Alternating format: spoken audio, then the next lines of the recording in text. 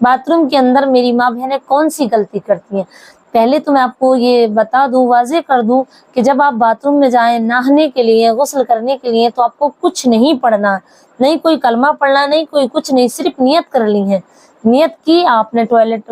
نیت کی آپ نے اور باتھ روم میں گئی اور باتھ روم کو لاک کیا اور بس نہانے بیٹھ گئی، جو طریقہ غسل کا ہے، نہانے کا ہے۔ لیکن ہم غلطی کب کرتے ہیں؟ کب ہم شیطانی اور بیماریوں میں گرفتار ہوتے ہیں؟ وہ اس وقت جب ہم نہا لیتے ہیں، غسل کر لیتے ہیں، تو ہم کپڑے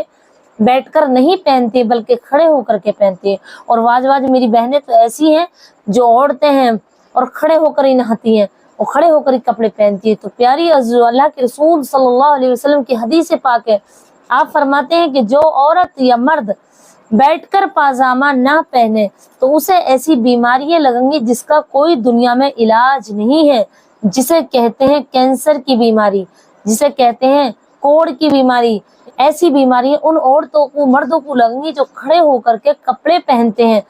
اس سے بہتر ہے، میں آپ کو ایک بات اور بتاؤں کہ اکثر کیا کرتی ہیں عورتیں کہ جب جاتی ہیں نہانے کے لیے تو وہ قمیض جو کرتا ہے وہ تو بیٹھ کر پہن لیتی ہیں، لیکن شلوار کھڑے ہو کر ہی پہنتی ہیں۔ تو پیاری عزیزو، 2-3 دن آپ کو تھوڑا پرابلم سی آگی، پریشانی سی لگے گی، کیونکہ آپ پٹلے پر بیٹھ کر، سیٹ پہ بیٹھ کر نہاتے ہیں، اور بیٹھ کر ہی نہائیں، کھڑے ہو کر نہ نہائیں۔ عورتوں کے لیے یہ حکم ہے کہ وہ بیٹھ کر نہائیں، اور کپڑے جب پہنے تو بیٹھ کر ہی پہنے، اور خاص کر شلوار یا پاجامہ یا پینٹ، اگر میرا بھائی ہے تو وہ تہمد باندھ کر کے باہر آ جائیں اور چارپائی پہ بیٹھ کر، سیٹ پہ بیٹھ کر کے آپ پہن لیں، لیکن کھڑے ہو کر نہ پہنے، کیونکہ اللہ کے رسول صلی اللہ علیہ وسلم نے فرما دیا کہ ایسی بیماریاں لگیں گی جو بیٹھ کر پاجامہ نہیں پہنتے، کھڑے ہو کر کے پہنتے، کہ جس کا کوئی علاج دنیا میں نہیں ہے۔ پیاری عزیزو، تیسری غلطی کون سی کرتی ہے میری ماں بہنیں جس سے کہ زیادہ بیماریاں لگتی ہیں، بہت زیادہ، اور وہ بیماریاں جناتی ہیں اور شیطانی ہیں، کیونکہ اللہ تبارک و تعالیٰ نے تو فرما دیا شیطان ہمارا کھلا دشمن ہے۔ ہم سب سے بڑا دشمن ہم سمجھتے ہیں کہ کوئی جو مال لوٹ لے وہ ہمارا دشمن ہے، یا ہمیں کوس دے وہ ہمارا دشمن ہے، یا ہمارے گھر چوری کر لے وہ ہمارا دشمن ہے، یا ہمیں مارے جان سے وہ ہمارا دشمن ہے۔ نہیں، ہمارا سب سے بڑا دشمن ہے شیطان۔ تو اس سے بچنے کے لیے اللہ کے رسول صلی اللہ علیہ وسلم فرماتے ہیں کہ عورتوں کو اپنی بالوں کا پردہ ہر حال میں کرنا چاہیے۔ تو پردے سے مطلب یہ ہے کہ آپ اپنے بالوں کو کھلا نہ رکھیں، اسکارف وغیرہ باندھ لیں یا دوپٹہ وغیرہ رکھ لیں، ہر ٹائم بال کھلے نہ رہیں، چوٹی بندھے ہوئی رہے۔ اگر آپ کے گلے میں بھی پڑا اور کوئی نہیں دیکھ لے تو کوئی پرابلم نہیں، لیکن بال کھلے ہوئے ہیں تو شیطان تو وہاں موجود ہے، جنات تو وہاں موجود ہیں، کیونکہ اللہ نے جن اور انسانوں کو پیدا فرمایا۔ تو جو میری بہنیں ننگے سر رہتی ہیں، بال کھلے ہوئے، تو ان پہ جناتی اثر ہوتا ہے، جس کا علاج ڈاکٹروں کے پاس نہیں ہے، حکیم کے پاس نہیں ہے، صرف قرآن مقدس میں ہے۔ اور دوسرا کہ جب کنگھی کرتی ہیں بالوں کی تو بالوں کو نکال کر کے کوڑے دان میں ڈال دیتی ہیں، کچرے میں ڈالتی ہیں، جس سے کہ شیطان انہیں کھا جاتا ہے، کیونکہ کچھ جن ایسے ہیں جو کوئلہ کھاتے ہیں، بال کھاتے ہیں، گوبر کھاتے ہیں، مٹی کھاتے ہیں، تو جنات بالوں کو کھاتے ہیں، جس سے کہ عورت کے اوپر پھر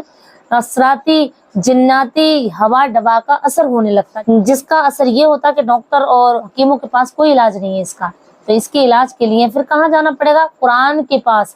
یا کسی اچھے عالم کے پاس۔ تو پیاری عزیزو، اگر آپ قرآن پاک پڑھی لکھی ہیں اور آپ کو یہ محسوس ہوتا ہے کہ آپ کے اوپر اثرات ہے، یہ صرف اتنا سمجھ لیں کہ اتنی خطرناک بیماریاں ان 3 کاموں سے لگتی ہیں۔ 3 احتیاط ضروری ہیں، ٹوائلٹ میں، باتھ روم میں اور اپنے بالوں کی۔ یہ تینوں احتیاط اگر کریں گی تو انشاءاللہ خبیثی جنات اور شیطانی ہم پہ اثرات نہیں ہوں گے۔ تو پیاری عزیزو، اگر کسی پر یہ ہے کہ اسے محسوس ہوتا تو اسے چاہیے کہ سورہ فلق یا سورہ ناس یاد ہے، اگر آپ کو قرآن پاک پڑھی لکھی ہے تو 3 بار پڑھ کر کے اپنے ہاتھوں پہ دم کریں، آگے پیچھے درود ابراہیم لگائیں 2-3 مرتبہ یا 1 مرتبہ، اور تمام جسم پر پھیل لیں، اور یہ 21 دن مسلسل کریں، پھر سوتے وقت بھی یہی عمل کریں۔ ایک تو عمل یہ ہو گیا۔ دوسرا، اگر آپ کو آیت الکرسی پڑھی لکھی ہے تو آپ سوتے وقت آیت الکرسی پڑھ کر اپنے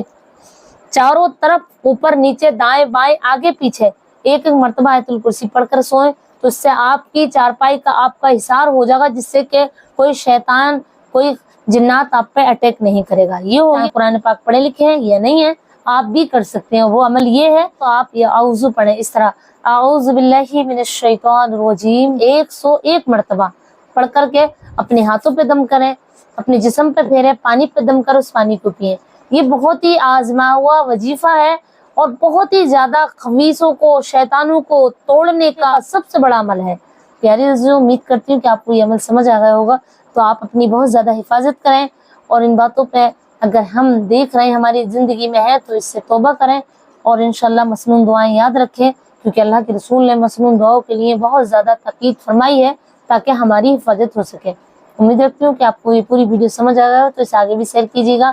مجھے اپنی دعا میں یاد رکھیے گا۔ السلام علیکم ورحمۃ اللہ وبرکاتہ۔